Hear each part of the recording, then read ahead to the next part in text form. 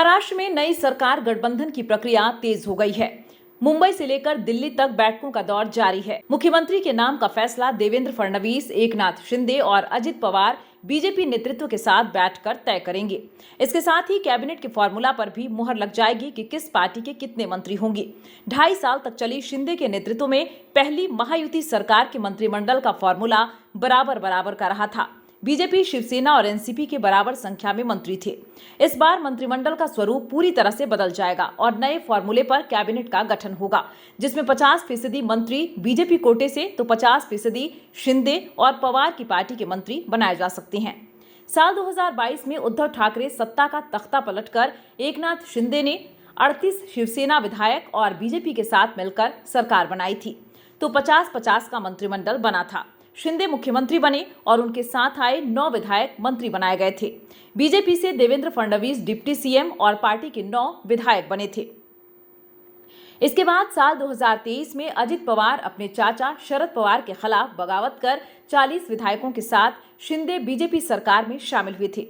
Deputy CM Ajit Pawar सहित 9 NCP के विधायकों को मंत्रिमंडल में शामिल किया गया था। इस तरह शिंदे के पहले कार्यकाल में 9-9-9 का कैबिनेट फॉर्मूला बनाया था।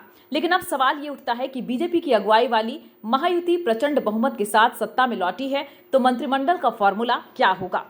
महायुति सरकार के पहले कार्यकाल में 1 सीएम और 2 डिप्टी सीएम का फॉर्मूला था। माना जा रहा है कि इस बार भी यही पैटर्न रहने वाला है। शिवसेना से बगावत करके आने पर बीजेपी ने एकनाथ शिंदे को सीएम बना दिया था और देवेंद्र फडणवीस डिप्टी सीएम बनाए गए थे।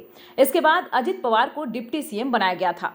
2024 के विधानसभा चुनाव में महायुति के तहत बीजेपी, शिवसेना और एनसीपी मिलकर लड़ी थी और उन्हें 230 सीटें मिली हैं।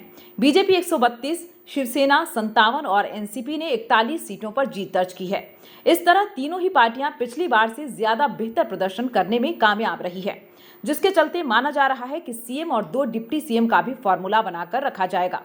महाराष्ट्र चुनाव में महायुति की जीत और बीजेपी के 132 सीटों तक पहुंचने के बाद उसकी ताकत बढ़ी है और शिंदे और अजित पवार के ऊपर से निर्भरता भी कम हुई है। बीजेपी महाराष्ट्र में अपना सीएम बनाने की कवायद में है। इसके अलावा महाराष्ट्र के 288 विधानसभा सीटों के लिहाज से मुख्यमंत्री सहित ज्यादा से ज्यादा 43 मंत्री बनाए जा सकते हैं। माना जा रहा है कि इस बार मंत्रिमंडल का स्वरूप पिछली बार से अलग होगा।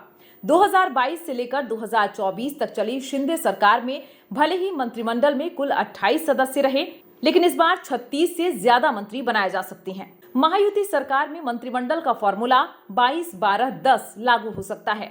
6-7 विधायक पर 1 मंत्री पद का फॉर्मूला तय हो सकता है। इस हिसाब से बीजेपी के 22 से 24, शिंदे गुट की शिवसेना के 10 से 12 और अजित गुट के 8 से 10 विधायक मंत्री बन सकती हैं। इस लिहाज से बीजेपी पिछली बार से ज्यादा अपने मंत्री बनाएगी, तो एकनाथ शिंदे और अजित पवार का सियासी कद बढ़ सकता है। महाराष्ट्र सरकार के सभी 28 मंत्रियों ने एक बार फिर से जीत दर्ज की है। सरकार के सभी 28 मंत्रियों ने एंटी इनकम्बेंसी का जोरदार मुकाबला किया और विधानसभा में वापस लौटे हैं। एनसीपी और शिवसेना के नेता हैं जिन्होंने अजित पवार और एकनाथ शिंदे के साथ बगावत की थी। ऐसे में सवाल उठता है कि बीजेपी, शिवसेना और एनसीपी कोटे वाले सभी मंत्रियों को क्या फिर से कैबिनेट में जगह मिलेगी या फिर नए चेहरों को मौका मिलेगा।